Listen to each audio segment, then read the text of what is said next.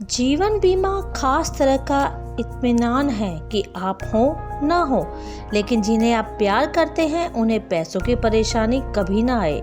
Term insurance इसका सबसे popular तरीका है। यह दो तरीका का है, नियमित टर्म इंश्योरेंस और आजीवन बीमा।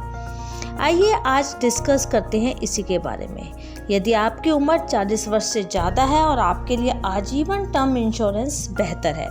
यदि आप 20 से 30 साल उम्र के अविवाहित हैं यानी अनमैरिड है तो आपके लिए नियमित टर्म इंश्योरेंस प्लान बेहतर है।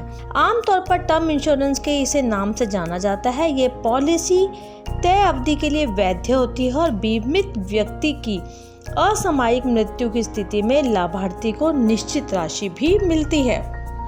लेकिन यदि बीमित व्यक्ति पॉलिसी अवधि से ज़्यादा समय तक जीवित रहता है तो लाभार्थी को कुछ नहीं मिलता।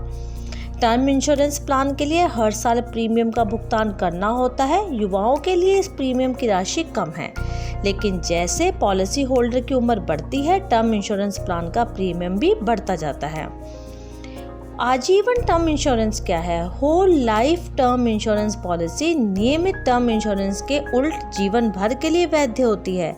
इसका फायदा यह है कि कभी भी बीमित व्यक्ति का यदि निधन हो जाए तो लाभार्थी को निश्चित राशि मिलना तो तय है, चाहे वह 100 साल से भी ज़्यादा क्यों ना जीवित रहे। आजीवन टर्म इंश्योरेंस में प्रीमियम का सालाना भुगतान करना होता है, लेकिन फ़ायदा यह है कि इसमें प्रीमियम की राशि समय के साथ नहीं बढ़ती। पॉलिसी होल्डर जीवन भर एक समान प्रीमियम का भुगतान करता है, लेकिन प्रीमियम की राशि नियमित टर्म इंश्योरेंस के मुकाबले अधिक होती है।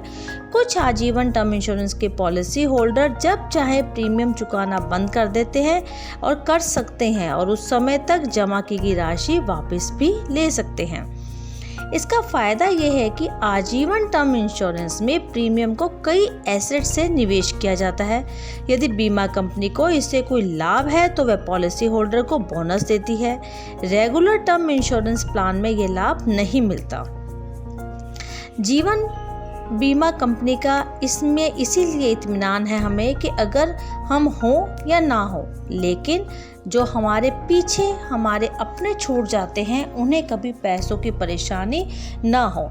इसलिए यदि आप बीमा कंपनी से जा रहे हैं पॉलिसी लेने तो आप देखिए कि आपकी उम्र क्या है, आपको आजीवन टर्म इंश्योरेंस लेना चाहिए या नियमित टर्म इंश्योरेंस।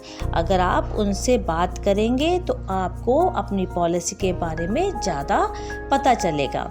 इसलिए अगर आपकी उम्र कम है तो रेगुलर टर्म इंश्योरेंस ही आपके लिए बेहतर है, और अगर आपकी उम्र ज़्यादा है तो आजीवन टर्म इंश्योरेंस आपके लिए बेहतर है। अगर आपको ये जानकारी अच्छी लगी तो आप D5 हिंदी को अवश्य सब्सक्राइब करें और हमारे साथ इसी तरह से जुड़े रहें। हम आपके पास ऐसी नई नई जानकारियाँ लेकर आते रहेंगे।